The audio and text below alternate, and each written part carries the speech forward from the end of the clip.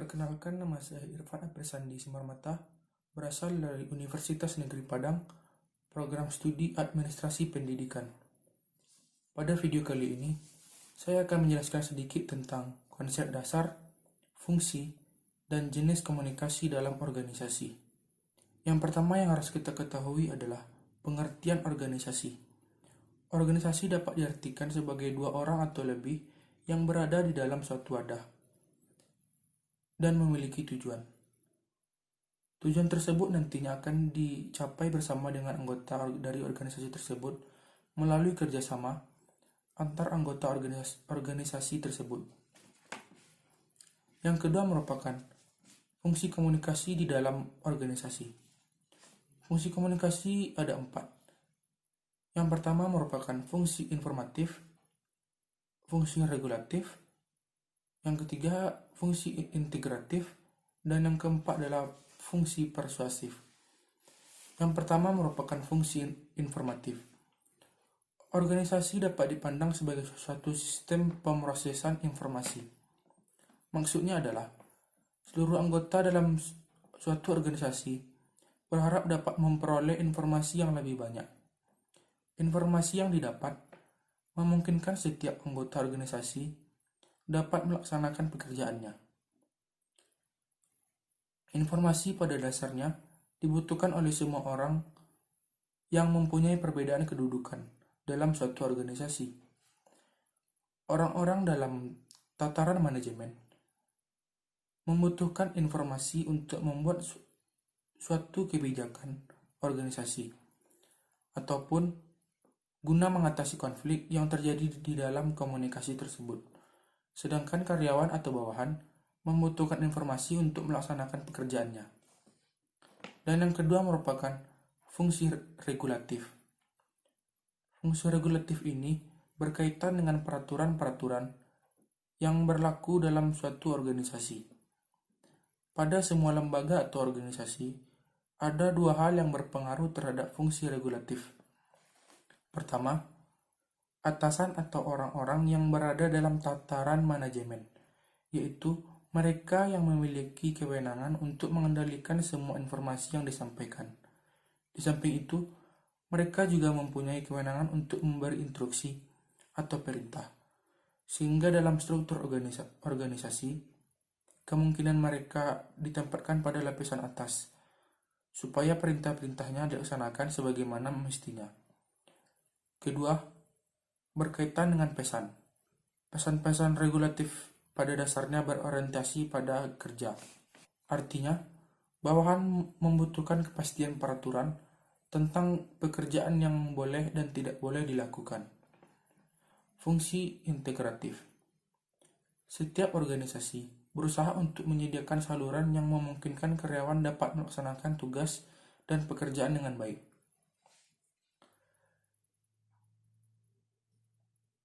Ada dua saluran komunikasi yang dapat mewujudkan hal tersebut, yaitu saluran komunikasi formal, seperti penerbitan khusus dalam organisasi tersebut, dan laporan kemajuan organisasi. Juga saluran komunikasi informal, seperti perbincangan antar pribadi. Pelaksanaan aktivitas ini akan menambahkan keinginan untuk berpartisipasi yang lebih besar dalam diri anggota di dalam suatu organisasi tersebut. Dan yang terakhir merupakan fungsi persuasif. Dalam mengatur organisasi, kekuasaan dan kewenangan tidak akan selalu membawa hasil sesuai dengan yang diharapkan. Adanya kenyataan ini, maka banyak pimpinan yang lebih suka untuk mempersuasi bawahannya daripada memberi perintah, sebab pekerjaan yang dilakukan secara sukarela oleh karyawan akan menghasilkan kepedulian yang lebih besar dibanding pimpinan yang memperlihatkan kekuasaan atau kewenangannya. Bagian yang ketiga merupakan gaya komunikasi seorang pemimpin. Seorang pemimpin memiliki banyak gaya dalam berkomunikasi. Saya akan menyampaikan 6 gaya seorang pemimpin dalam berkomunikasi di dalam organisasi. Yang pertama merupakan the controlling style. Yang kedua, the equalitarian style. Yang ketiga, the structuring style. Yang keempat, the dynamic style. Yang kelima, the relinquishing style. Yang keenam, the withdrawal style. Yang pertama merupakan the controlling style. The controlling style adalah gaya komunikasi mengendalikan. Ciri khas gaya ini adalah adanya kehendak untuk membatasi dan mengatur perilaku. Komunikasinya cenderung berjalan satu arah dan cenderung memusatkan perhatian pada pengiriman pesan dibandingkan upaya memperoleh umpan balik. Umumnya, pemakai komunikasi ini tidak khawatir dengan pandangan positif orang lain. Mereka menggunakan kekuasaan untuk memaksa orang lain, mengendalikannya untuk mengikuti pandangan-pandangannya. Komunikasi semacam ini biasanya berbentuk kritik atau persuasi kepada orang lain yang bersifat mengendalikan dan memberi contoh. Yang kedua dari gaya seorang pemimpin dalam berkomunikasi adalah the equalitarian style. Gaya ini merupakan gaya komunikasi dua arah yang dilandasi aspek kesamaan.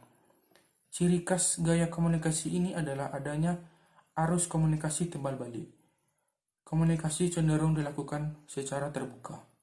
Gaya komunikasi dua arah lebih efektif dalam membina empati dan kerjasama karena pengguna komunikasi semacam ini cenderung memiliki rasa kepedulian dan mampu membina hubungan baik dengan pihak manapun. Yang ketiga merupakan the structuring style.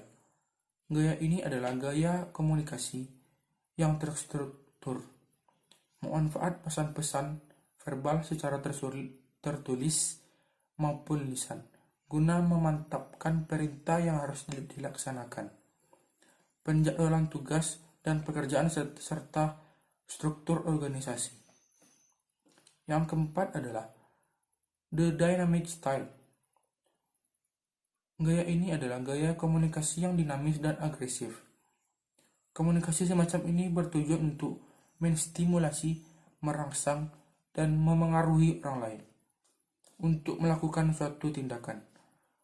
Gaya komunikasi ini sangat berorientasi pada tindakan, sehingga tepat digunakan dalam kondisi kritis. Yang kelima merupakan the relinquishing style. Gaya komunikasi ini adalah gaya komunikasi yang lebih mencerminkan kesediaan untuk menerima saran, pendapat, ataupun gagasan orang lain, daripada keinginan untuk memberi perintah. Meskipun pengiriman pesan mempunyai hak untuk memberi perintah dan mengontrol orang lain, pesan-pesan dalam gaya komunikasi ini akan efektif ketika pengiriman pesan sedang bekerja sama dengan orang-orang yang berpengetahuan luas, berpengalaman, teliti, serta bersedia untuk bertanggung jawab atas semua tugas atau pekerjaan yang dibebankannya. Yang keenam adalah the withdrawal style. Gaya ini adalah gaya komunikasi yang menghindari keterlibatan dalam persoalan. Penyebab seseorang menggunakan gaya komunikasi ini bisa jadi karena masalah pribadi atau ketidaksopanan dalam komitmen maupun konsekuensi. Ciri khas gaya ini adalah menghindari masalah, bukan menyelesaikan masalah. Karena itu, gaya komunikasi ini semacam ini tidak layak diterapkan dalam sebuah organisasi. Bagian yang keempat adalah karakteristik organisasi. Yang pertama merupakan pembagian tugas dan kewenangan yang jelas. Yang kedua, mempunyai pusat kekuasaan atau struktur organisasi. Yang ketiga, adanya substitusi sumber daya manusia. Yang keempat, adanya ketergantungan antara anggota organisasi. Yang kelima, adanya interaksi yang berulang-ulang. Yang keenam, adanya koordinasi di dalam organisasi tersebut. Yang ke-7, beranggotakan minimal 6-7 orang. Yang berikutnya, tipe-tipe dari organisasi. Yang pertama, organisasi bisnis. Organisasi ini bertujuan mencari keuntungan secara ekonomi. Yang kedua, organisasi nirlaba atau non-laba. Organisasi ini tidak berorientasi pada laba atau keuntungan. Yang ketiga, BUMN atau Badan Usaha Milik Negara. Organisasi yang modalnya berasal dari negara. Yang keempat, koperasi. Organisasi ekonomi rakyat yang berwatak sosial. Bagian yang keenam adalah aliran-aliran komunikasi.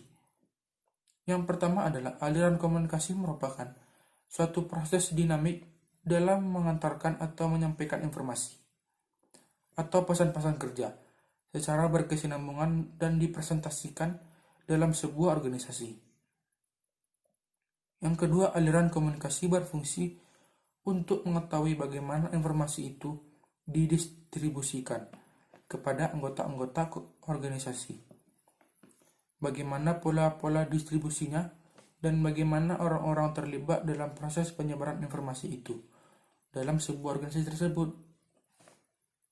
Yang ketiga adalah aliran komunikasi berpengaruh terhadap efektivitas organisasi baik dengan kaitannya dengan hubungan-hubungan ataupun dalam pelaksanaan dan pencapaian tujuan organisasi.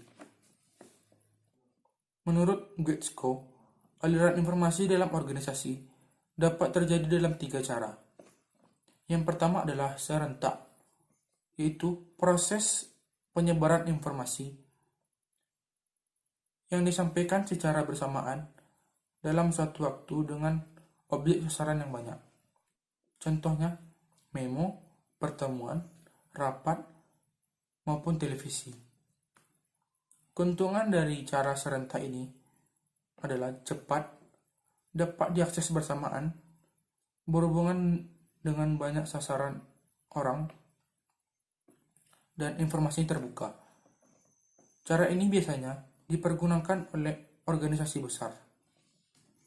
Dan kerugian dari cara serentak ini merupakan tidak dapat menyebarkan informasi yang sifatnya rahasia. Biasanya digunakan oleh organisasi publik atau organisasi yang dimiliki jaringan kerja yang luas. Cara yang kedua menurut Getsko adalah berurutan, yaitu proses penyebaran informasi secara didik dengan pola siapa berbicara kepada siapa. Informasi disampaikan secara berurutan dari satu orang ke orang lain secara tidak bersamaan.